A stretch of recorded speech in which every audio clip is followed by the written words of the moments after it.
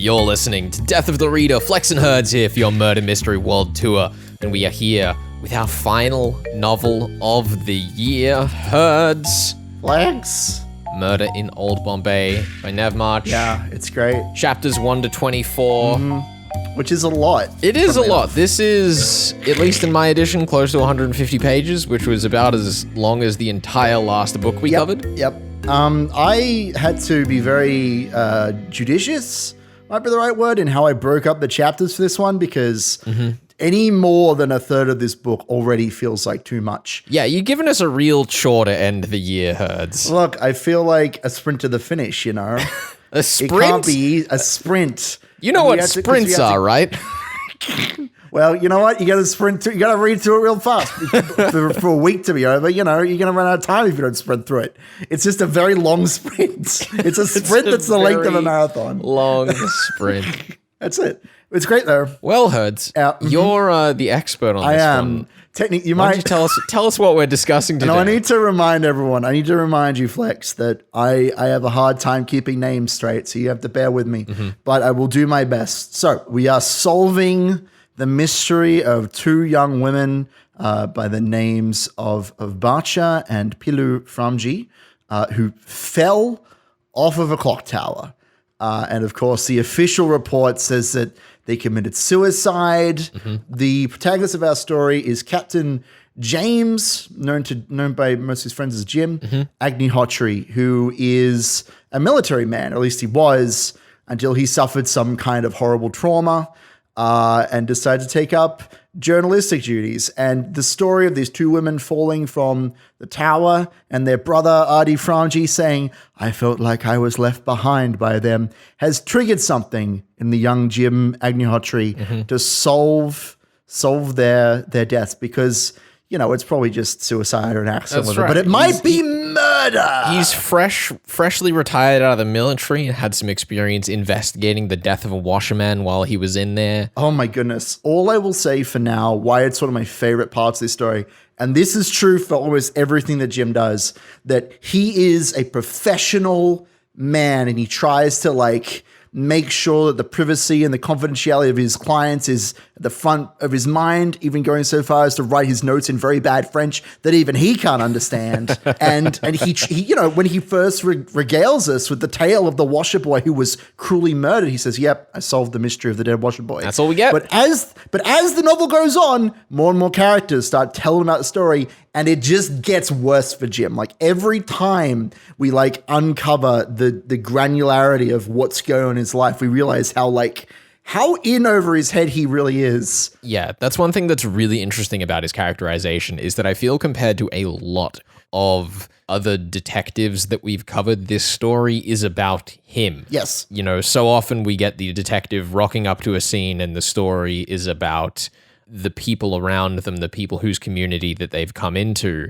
And this is a story a bit more about, in the spirit of Watson, someone coming back, retiring from service in the military and finding themselves. Come on, the man lives in a little house just behind a bakery. Like the analogy is there. He would be annoying if he wasn't so admirable, you know, if he wasn't so charming. Yeah, I mean, he has a job at the start of the novel working for the Chronicle newspaper, paying what seems to be a good wage, and he's quite pleased with it, from another wealthy individual in Bombay, and then rocks up to the Framjis and they're like, "Yeah, we can do better than that." Yeah, we can that's the opening. Yeah, we'll pay you more, and also we'll provide you meals so you don't actually have to spend anything, and clothes, and lodging many times, and a doctor, and they're not just paying him his salary, they're providing for him in every other way that they can. It's so clear how much privilege these people have, right? It's so brilliant too, because in the context of a mystery novel, my immediate reaction when someone says, "Yes, I would like to completely oversee your investigation," I go, "That's suspicious." Well, I think that there's a really good balance in this novel of striking the relationship with the Framjis with Jim's character, because they have so little to do with each other socially, and that's why the fish out of water thing kind of works here.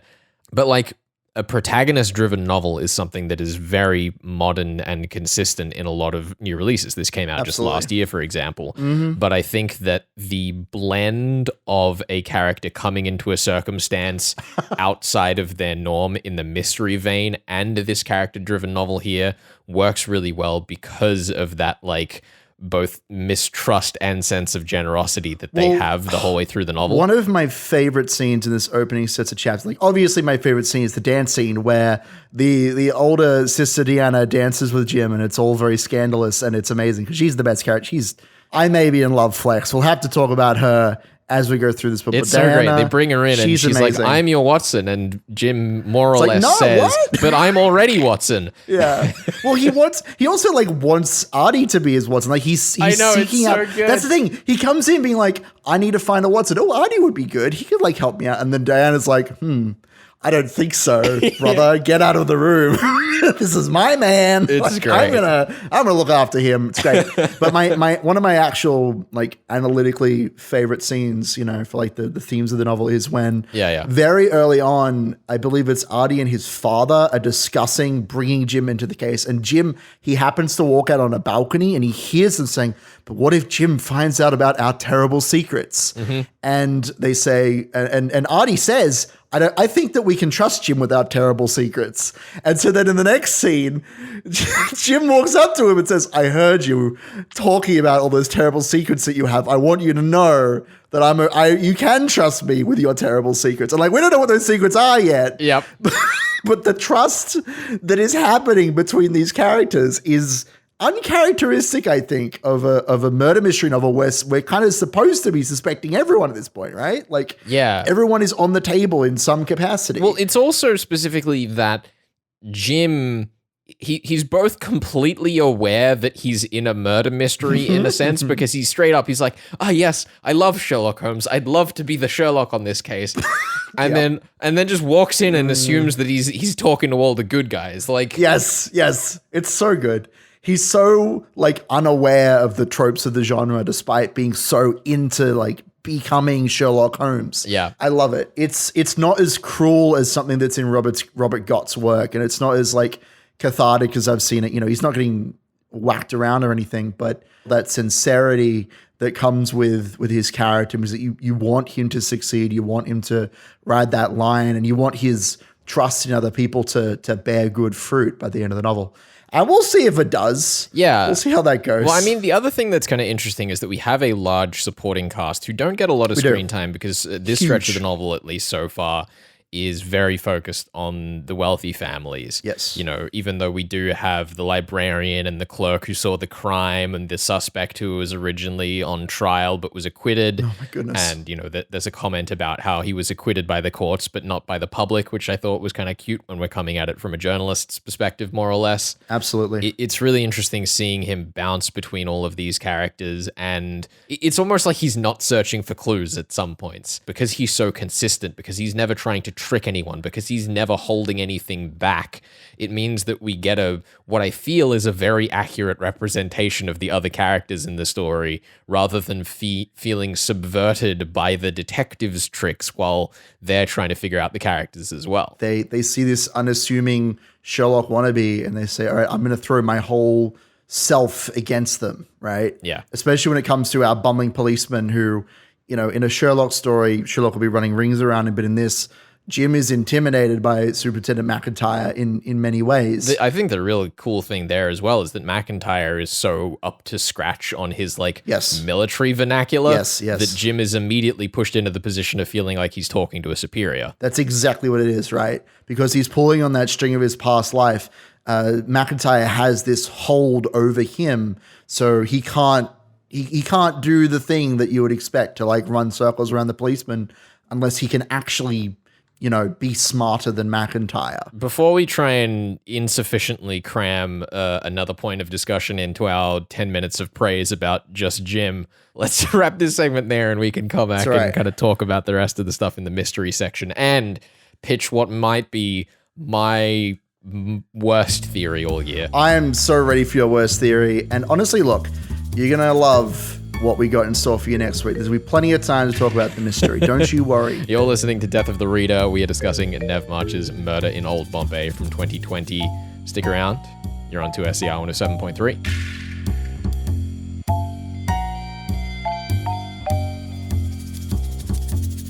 You're listening to Death of the Reader. Flex and Herds here with you. And today we are, of course, covering Murder in Old Bombay by Nev March. And we have the absolute pleasure of being joined by this novel's author herself.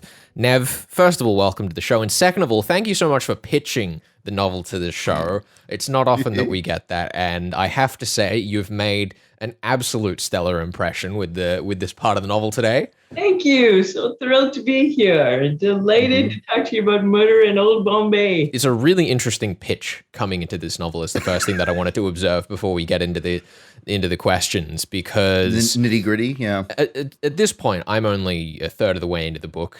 Jim's still just roaming around with the Framjis and having a great time, enjoying life. My expectation before we continue with the rest of this story is that we were just going to stick around Old Bombay. But in the first part of the show today, when I made that assertion, Herds laughed in a way that tells me I'm in for anything but. Yeah.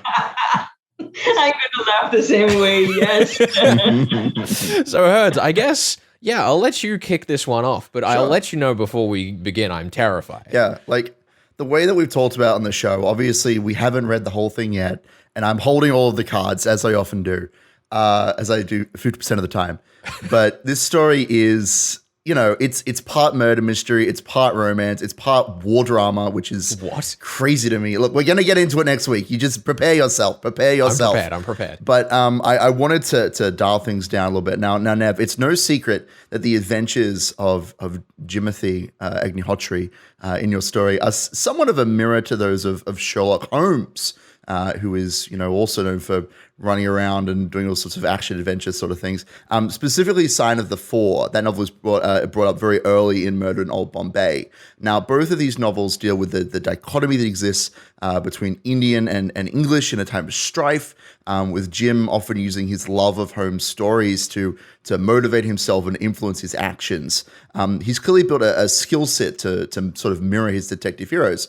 Do you think that real-life detectives might shape themselves around the life of Sherlock Holmes, the ultimate detective? So yes, I do think that police detectives, private detectives, all sorts of detectives are certainly going to be looking to the greats, right? And they're manuals. It's just that they're written as stories, so you can't put them down. But there's so much in them that is part and parcel today of proper investigation procedures, probably a lot more methodical.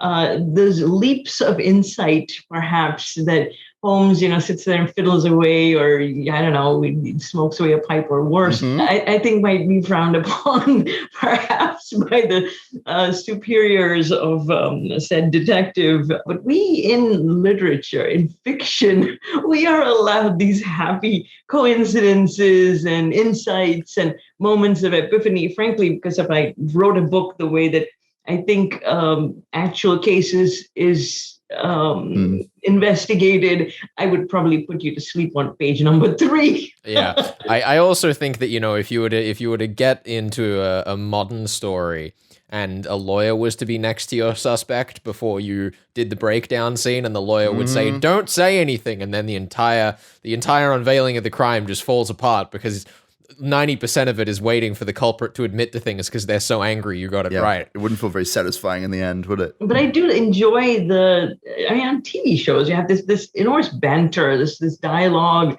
where the implicit bias of the criminal comes to light, or, how does the detective tease out those little pieces of information that mean nothing when they're first said, but then later on mean a whole lot?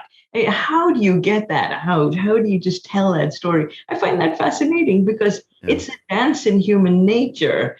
And that's where I find, and that's the reason I pitched you guys, I find our preconceived notions of how minorities might behave and think and operate to be so false. I have an upbringing in India for 24 years. My parents were middle class. And yet when I see Indians portrayed in the media, I'm horrified, frequently horrified. Either we're techies and or we have arranged marriages, or we're utterly beset by family traditions and are so limited.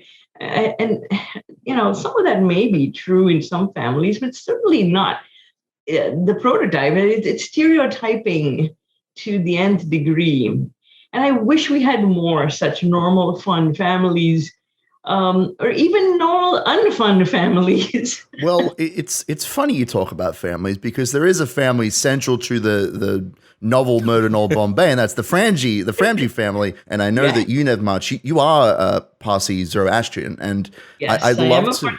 Yep. I'd love to know how you channeled your own personal experience into the struggles of the Framji family. They're just because they're trying to modernize, to adapt with the times, but also not lose sight of their own culture, right? Yeah, you are so right.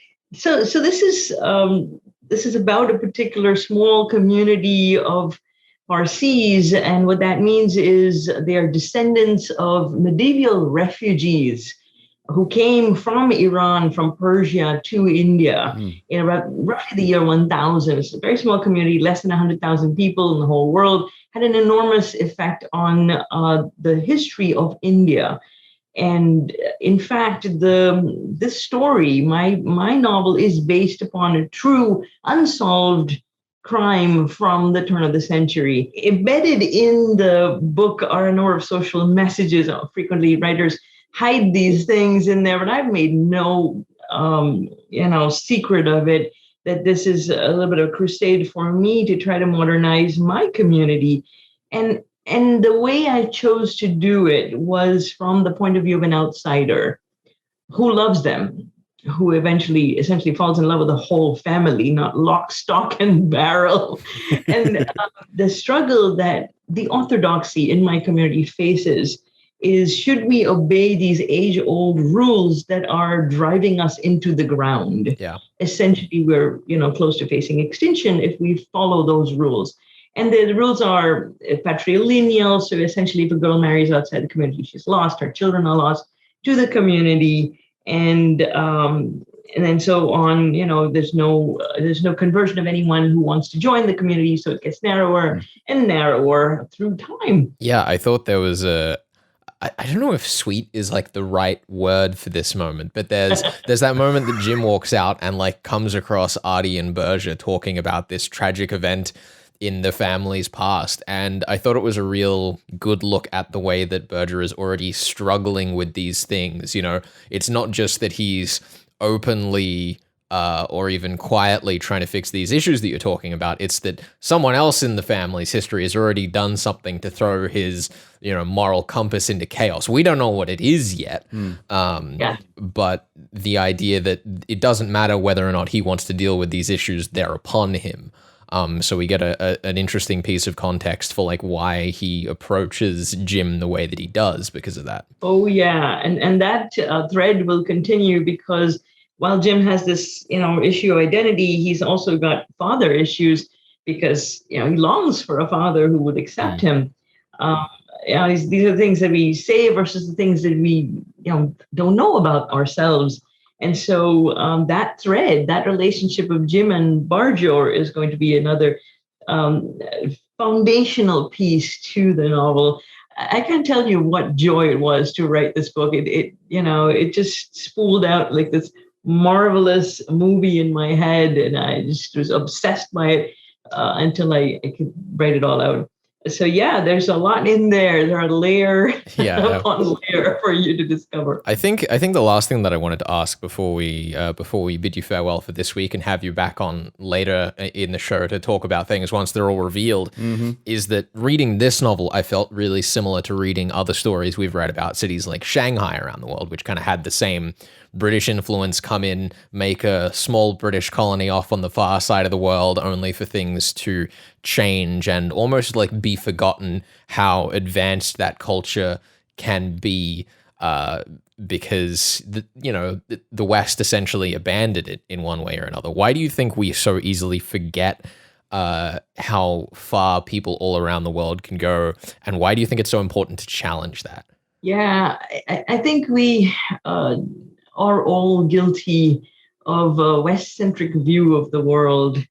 It's just how our news dominates, our thoughts and our perceptions of the world. How we see things represented in media matters. And this is why minority representation matters. I saw a video about Iran, and I was astonished at how modern the cities, the streets, the educational institutions, the people sitting in cafes. I'm like, oh my God, I thought Iran was a backwater. How mistaken I was. And it occurred to me that I had not seen that representation on media. And I watch the news. I watch documentaries and so on, and I had not come across that representation. Where are those, beautiful series about traditional and modern stories about these other places in the world?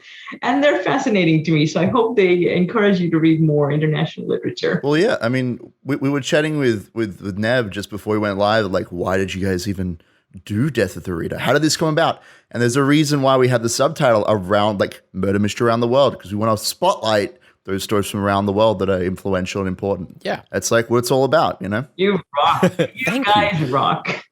Well, thank you. I appreciate that. Yeah, Nev, I think for this week, we'll wrap up, but we'll be having you back on when things are concluded, so I can pick and tease your brain about what a absolute mess I'm sure we're about to go into of the best variety. So thank you for joining us this week on Death of the Reader. Thank you. Enjoy. This is your Murder Mystery World Tour here on 2SCR 107.3, and we'll be back with more of Murder in Old Bombay by Nev March right there in just a second.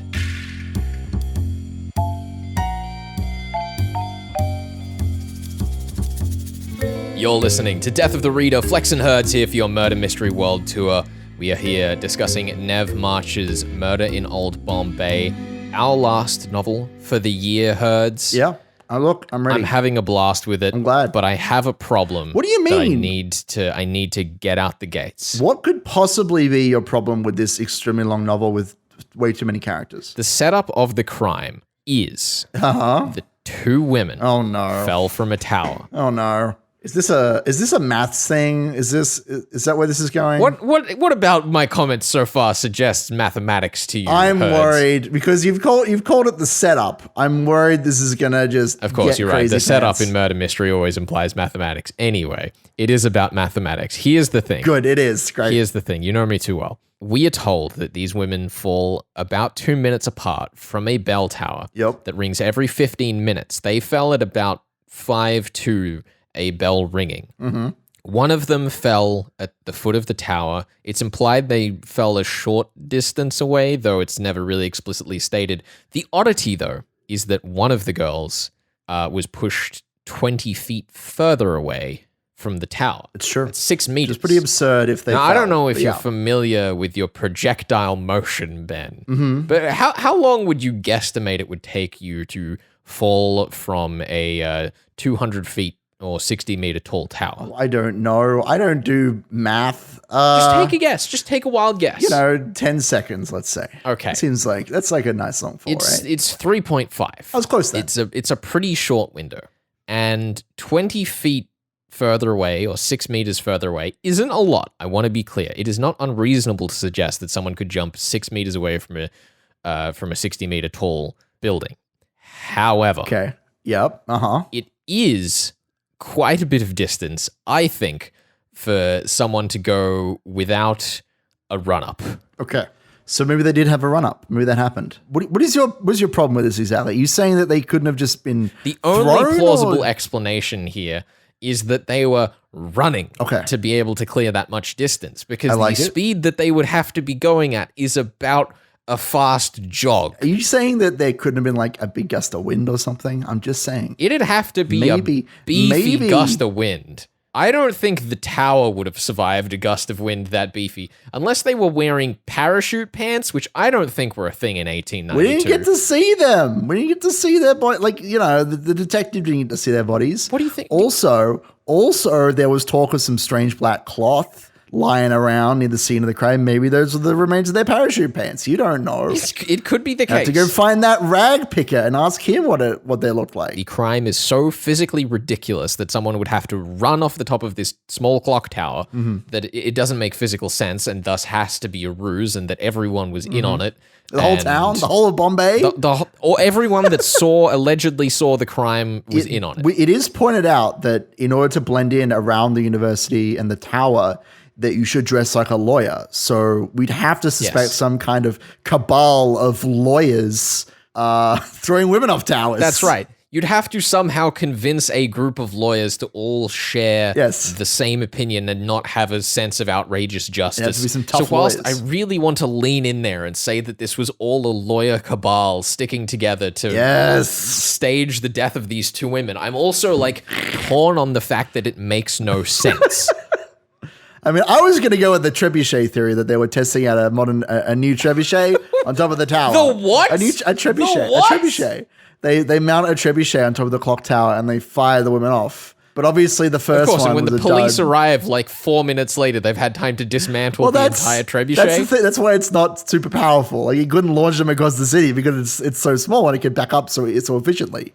You see, that's the trade-off. Of course, and because they're all wearing lawyers' robes, they can pack all the parts underneath their robes and just leave. And just walk out. And in their suitcases, done. Trebuchet theory.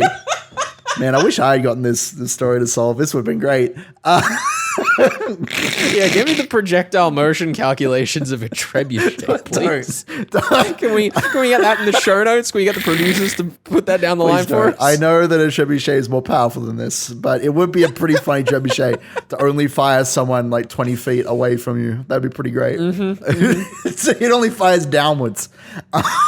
Here's the point that I'm going to make, though, Hertz. In the current rules of the game, what rules? we have to pose a different theory week 1 to 2. We do.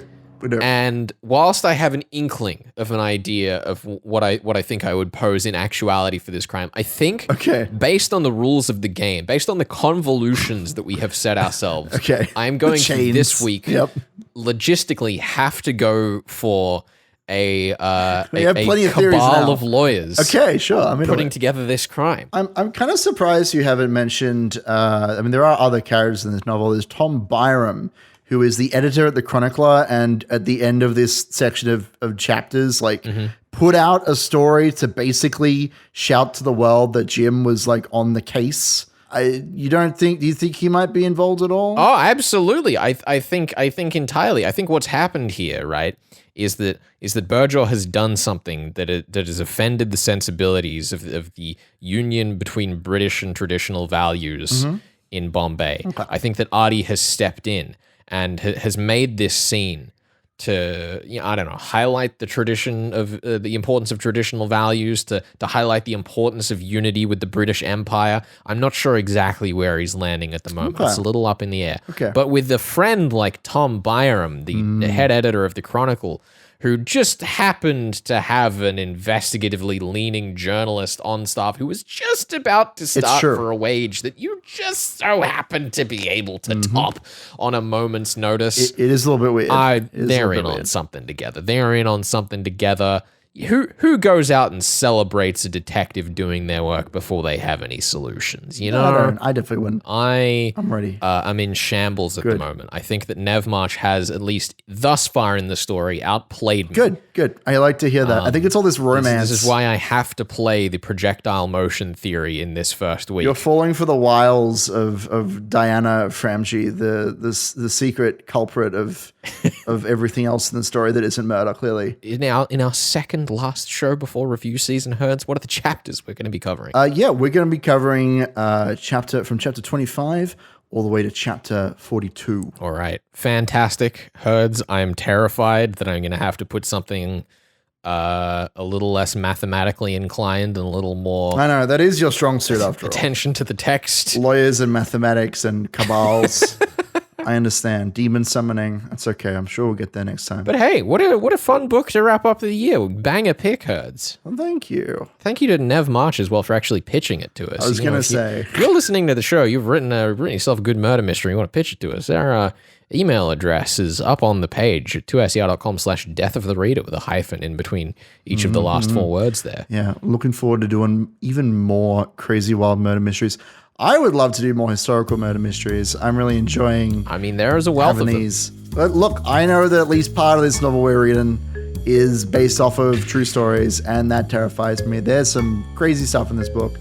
So We'll have to interrogate that further. we'll interrogate it next week, I think. It's going to be great. Fantastic. Possibly traumatic. This is Death of the Reader, your murder mystery world tour here on 2SER. The book is Murder in Old Bombay by Nev March, and we'll be back with more of that next week. This is 2SER 107.3.